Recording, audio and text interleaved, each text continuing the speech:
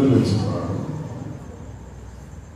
തീവ്രവാദികൾ, ഭീകരവാദികൾ നിഷ്കരണം വെടിവെച്ചു കൊന്നു.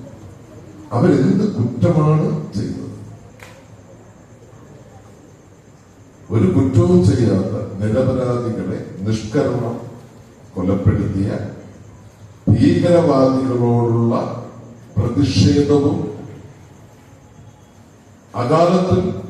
അകാരണമായി മരണം വരിക്കേണ്ടി വന്നു. ആ മരണത്തിനിരയായവരോടുള്ള അനുശോചനവും രേഖപ്പെടുത്തുന്നതിന് വേണ്ടിയിട്ടാണ് നമ്മളിവിടെ ഒരുമിച്ച് കൂടി ഈ ക്യാമ്പിനിടയിൽ ഒരു മിനിറ്റ് നമ്മൾ മെഴുകുതിരി കത്തിച്ച് അനുശോചനവും പ്രതിഷേധവുമുണ്ട്. തീർച്ചയായും നമ്മൾ ഇന്ത്യക്കാർ ആ ഇന്ത്യക്കെതിരായി വരുന്ന എല്ലാ ആക്രമണങ്ങളെയും ഒരുമിച്ച് പ്രതിരോധിക്കും. എല്ലാ ഭാരതീയരും സഹോദരന്മാരാണ്. അതിൽ വിള്ളലുണ്ടാക്കാൻ പരിശ്രമിക്കുന്നവരെയും ഒറ്റപ്പെടുത്തണം.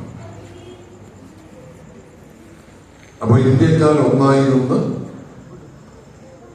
ഈ ഇന്ത്യക്കെതിരായിട്ടുള്ള, നമ്മുടെ നാടിനെ തകർക്കാൻ പരിശ്രമിക്കുന്നതിനെതിരായിട്ടുള്ള പോരാട്ടത്തിൽ നമ്മൾ ഒരുമിച്ച് നിൽക്കും, ഒരുമയോടെ മുന്നോട്ട് പോകും.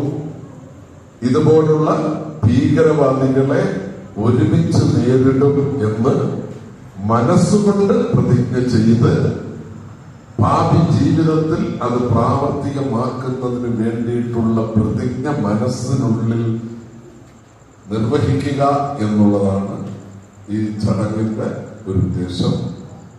തീർച്ചയായും അവരോടുള്ള, അകാലത്തിൽ വിട്ടുപോയ അവരോടുള്ള, ആ കുടുംബാംഗങ്ങളോടുള്ള അനുശോചനം രേഖപ്പെടുത്തുന്നു.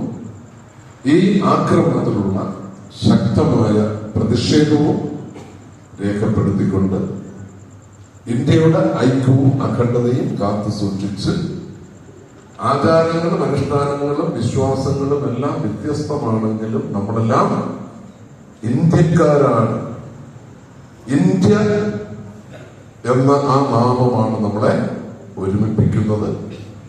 അതിൽ വിള്ളലുണ്ടാക്കാനും ഒരു ശക്തിയെയും നമ്മൾ അനുവദിക്കില്ല എന്ന പ്രതിജ്ഞ കൂടി ഈ സന്ദർഭത്തിൽ മനസ്സിലുണ്ടാകണം എന്നുകൂടി വിനയപൂർവ്വം നിങ്ങളോട് അഭ്യർത്ഥിച്ചുകൊണ്ട്, ഇങ്ങനൊരു ചടങ്ങായതുകൊണ്ട് തന്നെയാണ് പ്രസംഗം പറഞ്ഞിരുന്നില്ല.